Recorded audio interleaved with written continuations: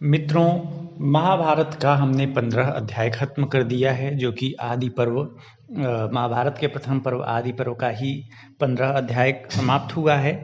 उसके बाद हम लोग 16वें अध्याय पर आ गए हैं। जैसा कि हम लोगों की कथा पहुंच चुकी थी कि सूत जी बताते हैं शौनक जी को कि आस्तिक नाम के मुनि ने, आस्तिक नाम के ब्राह्मण ने सर्पसत्र यज्ञ रुकवाया था, जो कि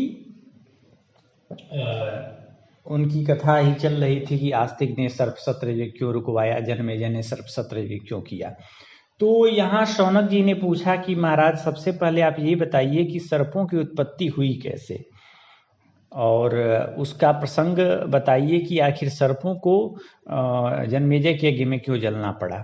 तो हम लोग ये कहानी जानेंगे कि सर्पों की उत्पत्ति कैसे हुई, गरुण जी की उत्पत्ति कैसे हुई, और फिर सर्पों को किसके श्राप के चलते जन्मेजय के यज्ञ में जलना पड़ा। तो कहानी इस प्रकार है कि शौनक जी ने सूत जी से कहा कि हे सूत नंदन, चूंकि इनके पिताजी को भी सूत कहा जाता था और फिर इनके लड़के थे, इसीलिए सूत नंदन शब्द का यूज किया। कहा कि आप आस्तिक की कथा को विस्तार से बताइए, हम ये कथा पूरा विस्तार से सुनना चाहते हैं, क्योंकि आपके पिता लोमहर्षण ऋषि भी बहुत अच्छा प्रवचन करते थे और आप भी अपने पिताजी का लाइन ठीक ठाक पकड़े हुए हैं, बहुत अच्छा प्रवचन आप भी कर ले रहे हैं। तो हे उग्रश्रवा ऋषि जी, आप इस कथा को अच्छे से सुनाइए। तो सूत जी यानी कि उग्रश्रवा ऋषि ने कहा कि मेरे पिताजी ने जो कथा मुझे सुनाई थी आस्तिक की, वह मैं आपको सुनाता हूँ। एकदम शुरू से सुनिए कि नागों की उत्पत्ति कैसे हुई और पक्षियों की उत्पत्ति कैसे हुई। तो सतयुग की बात है, दक्ष प्रजापति जो थे ब्रह्मा जी के लड़के, उनकी दो कन्याएं थी। एक का नाम था कद्रु और दूसरे का नाम था विंता। दोनों बहनें बहुत ही सुंदर और अद्भुत थी। उन दोनों का विवाह दक्ष प्रजापति ने महर्षि कश्यप से कर दिया। तो कश्यप ऋषि एक बार बहुत प्रसन्न थे, तो उन्होंने अपनी दोनों धर्म पत्नियों को बुलाया और बुला करके कहा कि तुम दोनों की जो इच्छा हो वह वर मुझसे मांग सकती हो। तो दोनों ने जब देखा कि ऋषि बहुत प्रसन्न हैं, तो कद्रु ने कहा कि मेरे 1000 पुत्र हों, और वो पुत्र कैसे हों, नाग हों। तो उन्होंने सर्पों को या नागों को एक पुत्र के रूप में मांग लिया। लेकिन विंता उनकी बहन तो थी, लेकिन चूंकि सौत थी तो कंपटीशन था। तो विंता ने कहा कि महाराज, मेरे 2 ही पुत्र हों, लेकिन कद्रु के लड़कों पर भारी पड़ने वाले पुत्र हों। ऐसा पुत्र दीजिए कि जो बल तेज पराक्रम में कद्रु के पुत्रों से भी श्रेष्ठ हों। तो कश्यप जी ने दोनों को वरदान दे दिया, एवं मस्तु कह करके चल दिया। अब क्या हुआ कि दोनों को वर मिला, और विंता बहुत खुश थी कि चलो हमने ऐसा वर पा लिया कि अब कद्रु के बच्चे से भी श्रेष्ठ मेरे बच्चे होंगे।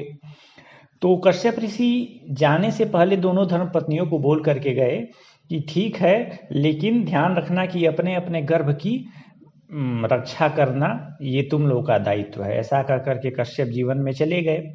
अब क्या हुआ कि कद्रु ने 1000 अंडे दिए और विंता ने 2 अंडे दिए, क्योंकि सर्प और पक्षी दोनों अंडों से ही होते हैं, जैसा कि हम लोग जानते हैं। तो इन लोगों की जो दासियां थी, उन्होंने अंडों को सेने के लिए क्या किया कि गर्म बर्तन में दोनों लोगों के अंडों को रख दिया, और वे अंडे 500 वर्षों तक उसी बर्तन में पड़े रहे। जब 500 वर्ष बीता तो कद्रु के 1000 जो लड़के थे, नाग थे, वो अंडे फोड़ करके बाहर आ गए। लेकिन विंता के अंडों में से 2 ही अंडे थे और उन दोनों अंडों से कोई बच्चा नहीं निकल रहा था। अब इनको तो सौत के सामने लज्जा का सामना पड़ गया कि इनके लड़के हो ही नहीं रहे हैं। तो वो दुखित होकर के उन्होंने जल्दीबाजी में एक अंडा अपने हाथ से फोड़ डाला। जब अंडा फोड़ा तो उन्होंने अपने पुत्र को देखा, तो क्या पाया कि वह जो उनका पुत्र है, उसका ऊपर का शरीर तो काफी हृष्ट पुष्ट सही से है, लेकिन जो उसके शरीर का निचला भाग है वह अभी बना ही नहीं था, अधूरा बना था। तो वह जो लड़का उत्पन्न हुआ, उसने क्रोध में आकर के जन्मते ही अपनी माता विनता को श्राप दिया कि माँ, तूने लोभ के वशीभूत होकर के मुझे अधूरे शरीर वाला बना दिया, इंतजार नहीं किया मेरे पूरे शरीर के डेवलपमेंट होने तक। तो जाओ, मैं तुम्हें श्राप देता हूं कि जिस सौत के साथ तुम इतना ईर्ष्या कपट रखे हुए हो, इतना तुम्हारा कंपटीशन चल रहा है, वही सौत तुमको 500 सालों तक दासी बना करके रखेगी। और हे माता, जो दूसरे अंडे में तेरा पुत्र है वही तुझे दासत्व से मुक्ति दिलाएगा, मतलब नौकरानी पद से मुक्ति दिला पाएगा। लेकिन अगर तुम सच में चाहती हो कि नौकरानी पद से मुक्ति पाओ तो ये तभी होगा जब अपने दूसरे बेटे को मेरी तरह असमय नहीं फोड़ोगी, यानी कि जब ये अपने मन से ही पैदा होगा तभी पैदा होने देना, जल्दीबाजी मत करना, जल्दीबाजी में आकर मेरे तरह इसको फोड़ मत देना। 500 साल अभी और लगेंगे तो तुम धैर्य धारण करके 500 साल प्रतीक्षा करो कि यह लड़का पैदा हो। तो ऐसा विंता को, अपनी माँ विंता को श्राप दे करके वह बालक जिनका नाम अरुण था वह अंतरिक्ष में चले गए। तो जो हम प्रातः काल जो पूरब दिशा में लाली देखते हैं, वह लाली का जो रंग होता है वही अरुण जी का रंग है, यानी कि हम लोग अरुण का ही दर्शन करते हैं सूर्य के पहले। तो वही सूर्यदेव के सारथी हुए अरुण जी। अब देखिए, अब जैसे ही 500 साल बीता, सर्पों का संहार करने वाले गरुड़ जी उस अंडा को फोड़ करके जन्म लिए। जन्म लेते ही उनको बड़े जोर की भूख लगी और वह अपनी माँ को छोड़ करके खाना खाने के लिए आकाश में उड़ गए। इस तरह से 16वां अध्याय पूर्ण होता है। अब हम 17वां अध्याय पर आते हैं। 17वां अध्याय की कहानी ये है कि कद्रू और विंता नाम की जो दो बहनें थी वह एक बार एक साथ घूमने निकली और उन्होंने उच्चैःश्रवा नाम के घोड़े को अपने एकदम पास से जाते देखा।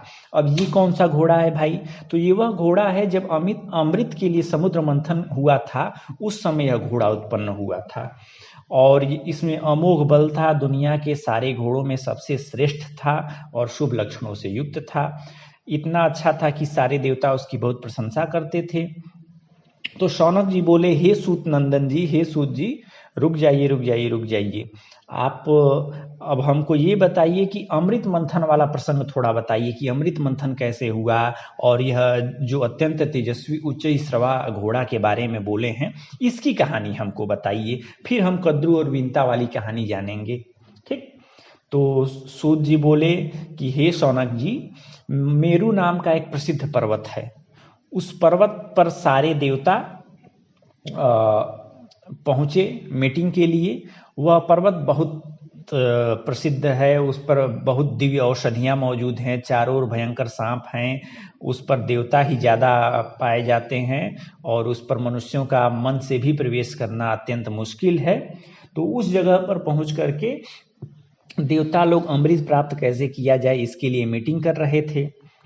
तो उसी मीटिंग में भगवान विष्णु जी ने, यानी नारायण भगवान ने ब्रह्मा जी से कहा कि अगर देवता और असुर दोनों मिलकर के महासागर का मंथन करेंगे तभी अमृत प्रकट होगा।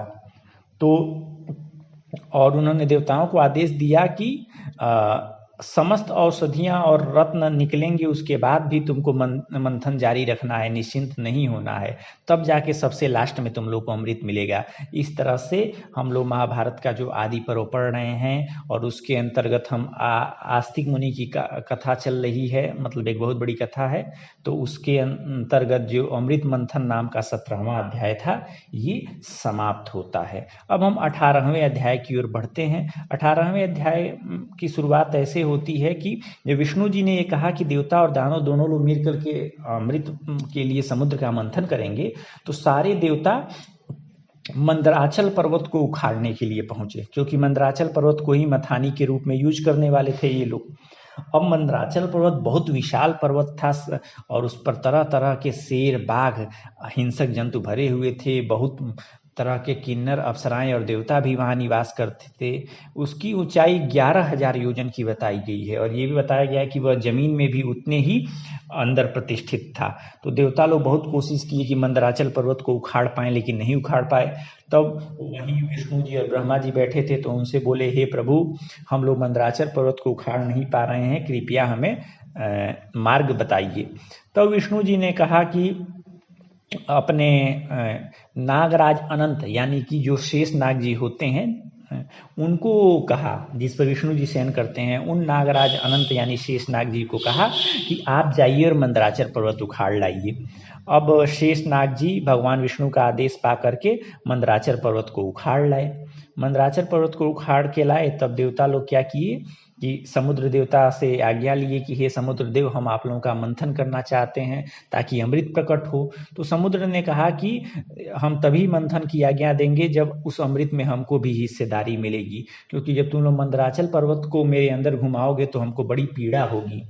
तो अगर तुम लोग मेरी बात मानो, मुझे भी अमृत का हिस्सा दो, तब मैं तैयार हूँ। तो देवताओं और असुरों ने समुद्र की यह बात स्वीकार कर ली।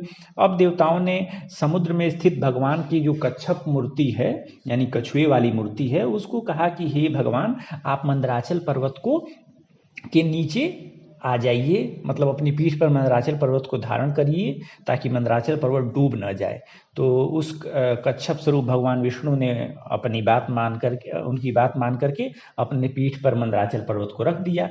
अब ऊपर से मंदराचल पर्वत को कैसे दबाया जाए, तो इंद्र अपना वज्र लगा करके ऊपर से मंदराचल पर्वत को दबाए रखते थे। तो इस तरह से देवताओं ने और दैत्यों ने मिल करके वासुकी नाग को डोरी के रूप में यूज किया और समुद्र को मथना आरंभ किया। असुर लोग समुद्र वासुकी नाग के मुख की ओर थे और देवता लोग पूंछ की ओर पकड़े थे। ठीक, अब होता क्या था कि वासुकी नाग बेचारे बहुत कष्ट में थे, क्योंकि उन्हीं को दोनों ओर से खींचा जा रहा था। तो उनके मुंह से धुएं और आग की लपटें निकलती थीं, और वही धुएं और आग की लपटें समुद्र के जल के साथ मिल करके बादल बनती थी। और जो देवता और राक्षस जो बेचारे एकदम पसीने से तरबतर हो रहे थे, उनके ऊपर जब बारिश बरसती थी तो बेचारों को बहुत राहत महसूस होती थी। तो इस तरह से हुआ क्या कि जब मंदराचल पर्वत से मंथन शुरू हुआ, तो मंदराचल पर्वत बड़ा विशाल पर्वत था ना, तो समुद्र के अंदर जितने भी जलचर थे, मतलब समुद्र में रहने वाले जितने भी प्राणी थे, वो बेचारे उस मंथन में पिसाते गए और मरते गए बेचारे। तो बहुत सारे समुद्र के अंदर रहने वाले प्राणियों का संहार हो गया। और इसके अलावा वो जो पर्वत मंदराचल था, उस पर भी तो बड़े बड़े वृक्ष थे, बड़े बड़े जंतु थे, तो वो भी बेचारे सब जब इस पर्वत को मथा जाने लगा तो क्या हुआ कि बेचारे जलने, मतलब गिरने लगे, पड़ने लगे। वहाँ के जंगलों में आग लग गई। और इस तरह से मंदराचल पर्वत पर भी जो जीव थे वो भी मारे गए। मतलब समुद्र वाले जीव तो बेचारे मारे ही गए, मंदराचल पर्वत पर भी रहने वाले सारे जीव मारे गए। तो इस तरह से अमृत मंथन में इतना सब हिंसा हुआ था, जो कि देवताओं और असुरों ने किया अमृत प्राप्ति की आशा से। अब देखिए क्या हुआ कि हालांकि इंद्र जी ने कुछ कोशिश किया कि जो जंगल में आग लगी है उस आग को बुझा दिया जाए, तो मेघों को आज्ञा दी, लेकिन वो नाकाफी था। इसके बाद क्या हुआ कि उस समुद्र के जल में जो उस मंदराचल पर्वत पर बड़े बड़े वृक्ष थे और बहुत औषधीय पौधे थे, उनसे औषधियां निकल निकल करके समुद्र में गिरने लगी। समझ रहे हैं कि मतलब वो जो हम लोग औषधि चाहे कई तरह की अमृत बना, वो कैसे बना, क्योंकि उसी मंदराचल पर्वत पर जो दिव्य औषधीय पौधे थे उनका रस चू चू करके समुद्र में गिरने लगा। तो ऐसा होने के चलते मंदराचल पर्वत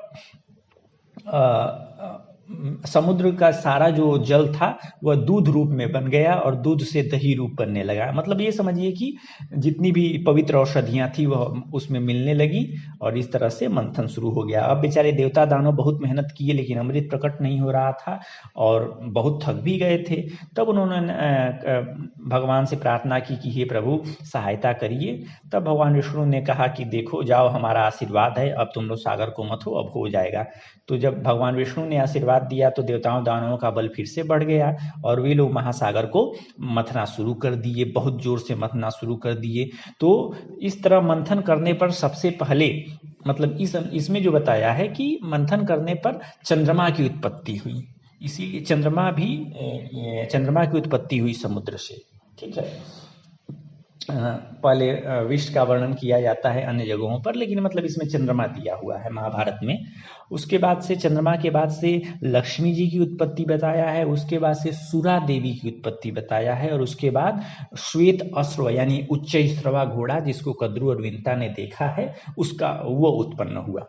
उसके बाद से कौस्तुभ मणि उत्पन्न हुई जो भगवान विष्णु के अपने वक्षस्थल पर सुशोभित होती है। उसके बाद से पारिजात नाम का पौधा पेड़ उत्पन्न हुआ, सुरभि नाम की गाय उत्पन्न हुई। तो ये सब लोग देवलोक में चले गए। उसके बाद से धन्वंतरी देवता प्रकट हुए और उन्हीं के हाथ में एक श्वेत कलश था और उस कलश में अमृत भरा हुआ था। दानव लोग जितने थे अमृत के लिए एकदम मार कर दिए और यह मेरा है कर करके अमृत छीन लिए। उसके बाद से ऐरावत हाथी प्रकट हुआ जिसके 4 दांत थे। देवराजेंद्र उसको अपना वाहन बना लिए। फिर अत्यंत वेग से चूंकि मथा जा रहा था तो कालकूट नाम का महाविष उत्पन्न हुआ और वह इतना भयंकर विष था कि उसके धुएं से पूरा संसार जलने लगा। तो उस विष को सूंघने मात्र से ही सब लोग बेहोश होने लगे। तब ब्रह्मा जी के प्रार्थना करने पर भगवान शंकर ने उस महान विष को पी करके संसार को मुक्ति दिलाई और उस विष को अपने कंठ में धारण किया। इसीलिए महादेव को नीलकंठ के नाम से जाना जाता है, ऐसा कहा जाता है। उसके बाद से जब ये सारी चीज़ें देखे तो दानव बहुत निराश हुए। वे चाह रहे थे कि अमृत और लक्ष्मी उनको मिले, तो अमृत लक्ष्मी के लिए देवताओं से उन लोगों ने मार कर लिया।